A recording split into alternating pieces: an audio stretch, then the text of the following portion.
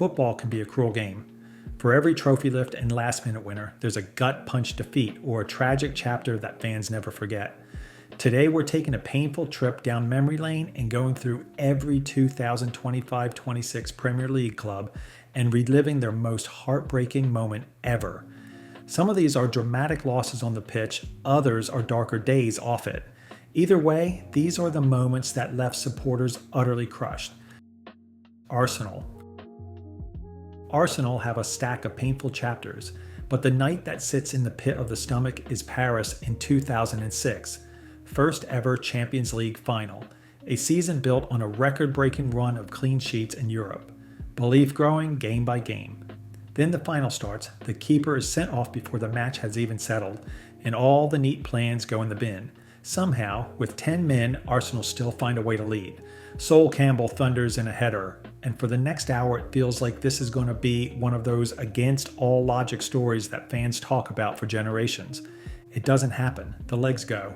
Barcelona's passing starts to pull the shape out of joint, equalizer, then the dagger laid on. What makes it so brutal is not just losing a final, it's how close they were in impossible circumstances. 14 minutes from being the first London side to win the European Cup. The greats of that era walked past the trophy, not toward it. Since then, Arsenal have had strong teams, big nights, near runs. They've never been that close to the biggest one again. Paris is the ultimate Arsenal what-if, the ghost that lives behind every European campaign. Aston Villa? There are modern sore spots for Villa, like being crushed in the 2015 FA Cup final, or the grim weeks that led to relegation in 2016. Older hands will tell you the pain cuts deeper when it follows glory, which is why 1987 hits hardest.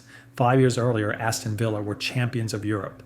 A side that had conquered Bayern Munich and lifted the biggest prize found itself sliding down the league, losing its edge, losing its identity. The drop to the second division in 1987 felt like the lights going out on a golden era. Relegation is never just a table position, it's a break in the timeline. Players move on, the spine of a side gets dismantled. You wake up on a Sunday and realize next year's away days are at grounds you have only seen on the Vita-Pritter. For Villa supporters who grew up with trophies and European nights, going down so soon after the peak was whiplash.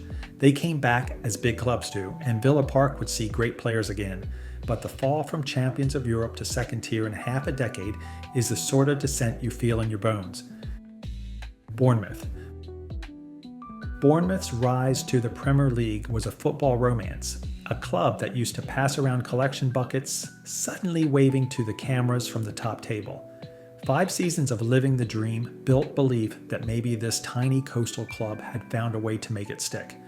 Then came the final day in 2020. The Cherries went to Goodison Park, played brave football, and won 3-1. On its own, it was a result to be proud of.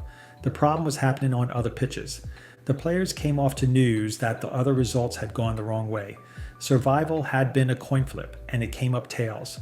There is a very specific kind of heartbreak when you win your game and go down anyway.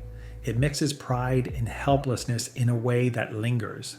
You replay every narrow defeat from the season in your head and wonder where the single extra point could have come from. For Bournemouth fans, that afternoon was the end of a beautiful chapter, not with a whimper, but with a strange quiet after a good win that suddenly meant nothing at all. Brentford's modern history is built on smart ideas and stubbornness, but before the Premier League there was a long stretch of being nearly there. If you ask which moment stings the most, a couple of playoff defeats will get mentioned, but the words that make Bees fans flinch are simple. Final day, Doncaster, penalty. 2013 Griffin Park, winner takes promotion. With the last kick of stoppage time, Brentford get a spot kick. The ground holds its breath, the taker goes for power, hits the woodwork, and in the chaos that follows, Doncaster sprint up the pitch and score. Football can be cruel in a lot of ways, but that sequence writes its own Greek tragedy. One kick from Bedlam for the right reasons to Bedlam for the wrong ones. The playoffs that followed ended in more pain for good measure. The curse was broken years later, and the Bees finally got their Premier League moment. But if you want to know why that Premier League badge feels precious in West London, think of a ball hitting a crossbar in a stadium going quiet all at once. Brighton. Some clubs have words that carry pain on their own. For Brighton, it's that line from the commentary in 1983, and Smith must score. FA Cup final, Manchester United, Brighton's one shot at a major trophy, and a last minute in extra time that seems to open the door to immortality. The chance falls, the finish is close, but not close enough. And the replay a few days later is a formality that goes the wrong way. For older Brighton fans, those 4 words are both a wound and a badge of identity. The club would go on to face even darker days off the pitch, fighting for its home and its future. But in terms of a single 90 minutes that grabs the heart and squeezes, Wembley in 1983 is it. Not because they were hammered, but because they were a single clean contact away from a parade and a star on the wall. That's the pain that writes itself into a club's songs. Burnley. Burnley's story over the last decade was grit, clarity, and finding ways to punch above weight. Survival became expectation, then identity. Which is why 2022 hurt the way it did. The final day numbers were simple: match the rival's result and you stay up. Turf Moor went into the afternoon with hope and anxiety sharing the same seat. 90 minutes later, the scoreboard said the drop was real. This one stung because it felt like the end of a chapter that had taught a whole generation what Burnley could be at the top level. The players collapsed in the grass. The stands emptied slowly with that strange quiet you only hear in football. Not silence exactly, more like a heavy air. Older supporters have lived through worse eras in terms of finances and facilities, but a final day relegation at home brands itself on the mind. It tells you how thin the margin are, and it leaves you walking out into the car park wondering how long the climb back will take. Chelsea. Chelsea have known more success than most in the modern era, but the picture that still turns stomachs in SW6 is Moscow in 2008. Champions League final, penalties, rain pouring, captain steps up with the trophy a single strike away. Plant foot slips, contact goes wrong, the ball drifts past the post, and the night rewrites itself. That is not just a miss, it is a sliding doors moment in a puddle on a penalty spot. The rest of the shootout feels inevitable in hindsight. When it ends, the captain is in tears, the stands are stunned, and the parade that would have rolled through West London disappears into a cloud. Winning in Munich in 2012 changed how Chelsea talk about Europe, but it didn't erase the memory. Fans still talk about the sense of destiny before the kick and the suffocating hush after it. Sometimes heartbreak is a long squeeze across a whole game. Sometimes it is one slip step. Crystal Palace. Crystal Palace have built an identity on resistance and atmosphere. Their fans can make Wembley feel like Selhurst when they get going. That made the 2016 FA Cup final even more savage. Palace had been patient, compact, and then Jason Punchin came on and smashed them ahead with just over 10 minutes left. The place exploded. The manager danced on the touchline. For a few minutes, the idea of lifting a first major trophy felt not only possible but certain. Then it tilted. Manchester United equalized quickly, extra time arrived. A red card gave Palace a man advantage, and still the winner came the other way, a clean strike that felt like a punch to the ribs. The beauty and the brutality sit side by side in that game. The goal, the roar, the celebration you can still picture, then the collapse mood and the walk up the steps for medals that nobody wanted to look at. Palace have survived bigger storms as a club. For a single day that left an entire end of Wembley staring into space, this is the one. Everton. Everton's single most painful moment is strange because it is defined by absence.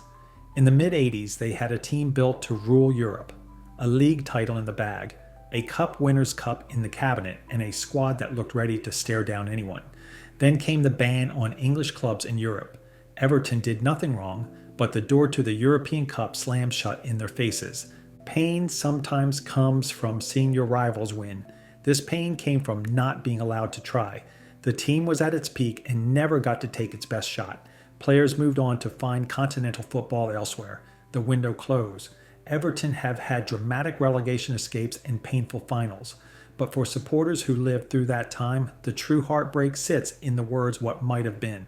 A club's timeline shifted because a generation was denied the chance to test itself against the best. Fulham. Fulham and Heartbreak most naturally lived together in Hamburg in 2010. The Europa League final, a run that felt like a bit of magic week after week, giants toppled. a team playing with such clarity that it turned neutrals into temporary believers. The final itself was tight, tense, and crept into extra time level. Minutes from penalties, minutes from seeing what nerve could do on a big stage, Diego Forlan found a finish that ended the dream. For Fulham supporters, that night carries two equal emotions: pride in what the team did to get there, frustration that they were so close to a piece of history and had to watch someone else lift the silver instead. This is a club without a major trophy.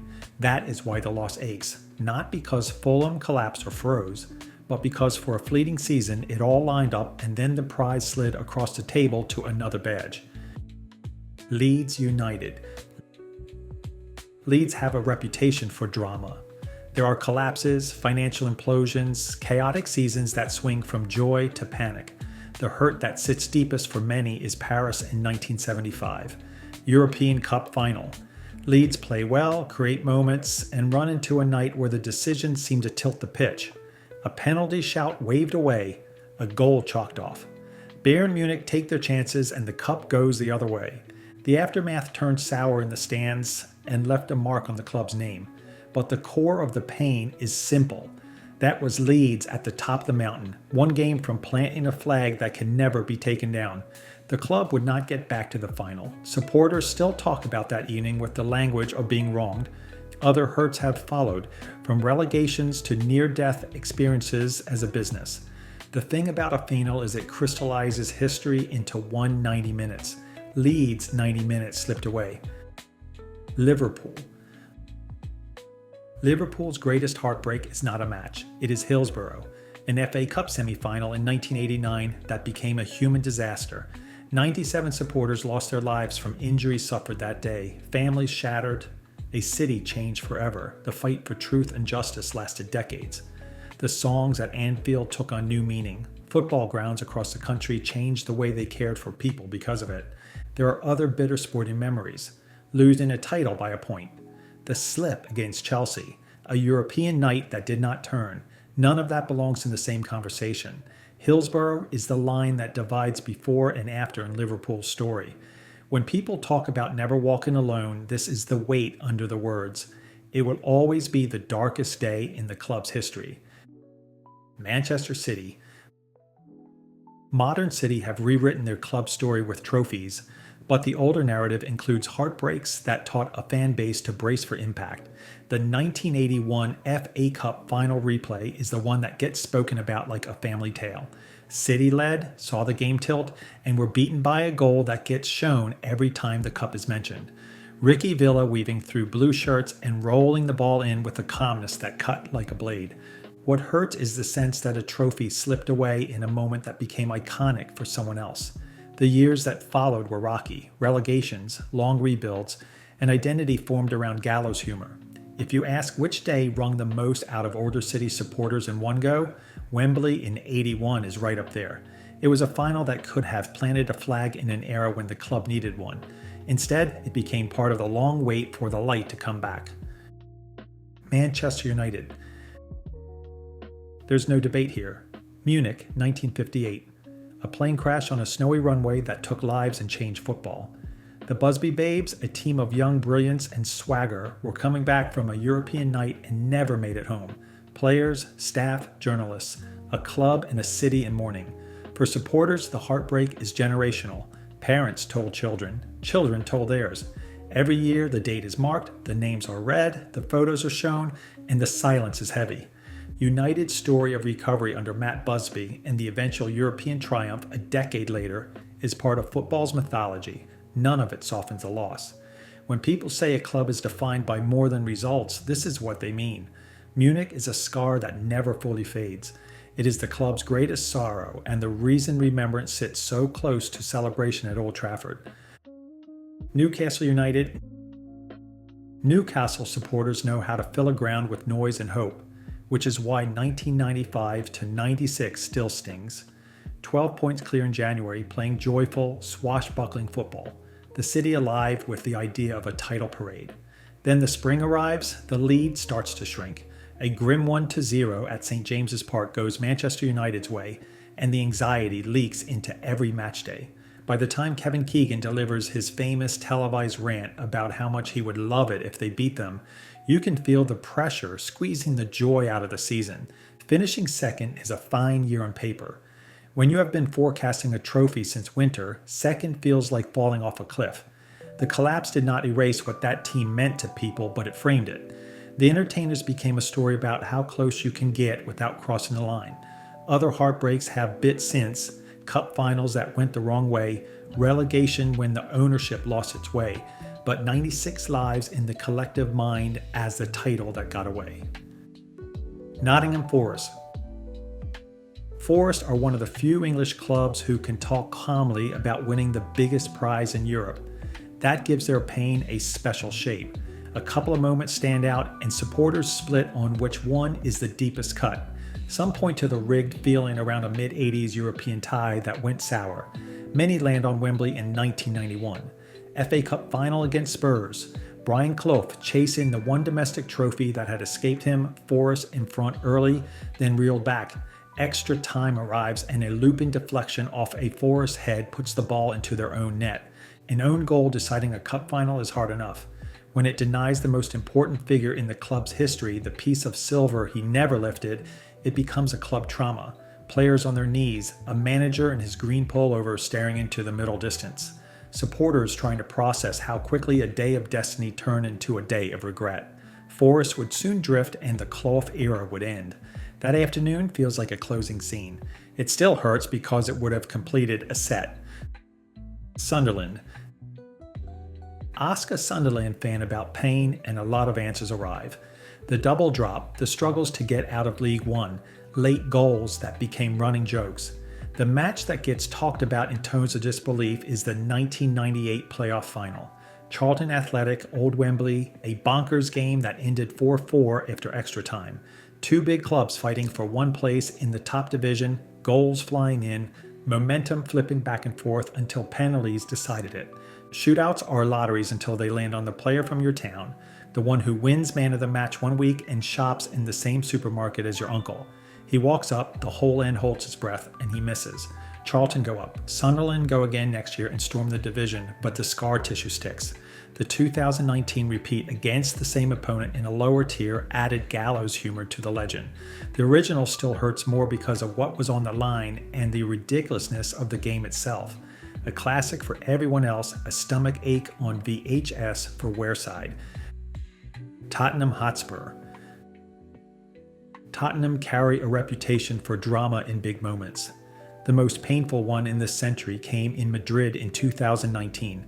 First Champions League final in the club's history, a run built on miracles and nerve. The semi-final in Amsterdam felt like the universe handing them a ticket to fate. Then the final kicked off, and a penalty inside the first minute put them behind before anyone had settled into a seat. From there, it was a long push against a wall. Half chances, hopeful crosses, an opponent who knew how to close the door. When the second goal went in late, it wasn't a shock, it was a confirmation. The whistle blew, and it felt like the air was sucked out of the entire Tottenham end. Other near misses will always join the conversation. From the late season unravel in 2016 to the farce of a food poisoning day in 2006 that cost them fourth. Madrid sits above them because of the scale. The first time at the biggest table, and the first course was taken away before anyone picked up a fork. West Ham United. There's nothing subtle about West Ham's most painful day. It is Cardiff in 2006, an FA Cup final that swung from dream to nightmare in seconds. West Ham go 2 up, Liverpool peg them back, West Ham find another, and as the board goes up for added time, the claret and blue end can sense it. Then a loose ball bounces to a captain in red, 30 yards out, cramp in his calves, and still a thunderbolt in his right foot. The shot skims off the turf and flies into the corner with the sort of sickening finality that makes a crowd fall still.